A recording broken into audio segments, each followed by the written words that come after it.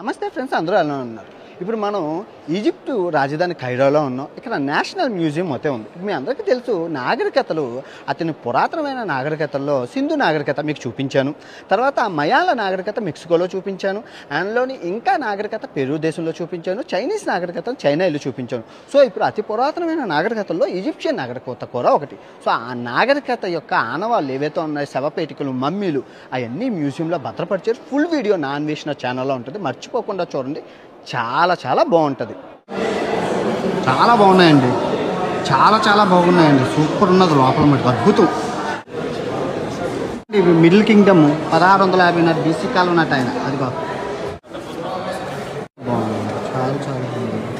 మమ్మీని ఇలాగా చచ్చిపోయిన శవాన్ని మమ్మీని గొడ్డలతోని ఉప్పు రాసి పెడతారు, చూసారా?